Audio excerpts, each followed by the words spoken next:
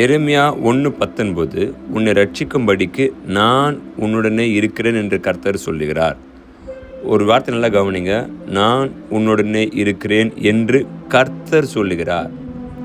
கர்த்தர் சொல்கிறாரு, உன் வாழ்க்கையில் பிரச்சனை வராதுன்னு சொல்ல, உனக்கு எதிர்ப்பாக மனுஷங்க வரமாட்டாங்கன்னு சொல்ல, ஆபத்து வராதுன்னு சொல்ல, போராட்டம் வராதுன்னு சொல்ல, சத்துருக்கள் எழும்ப மாட்டாங்கன்னு சொல்ல, அடி மேலே அடி வாங்க மாட்டேன்னுலாம் சொல்ல. இதெல்லாம் நடக்கும்.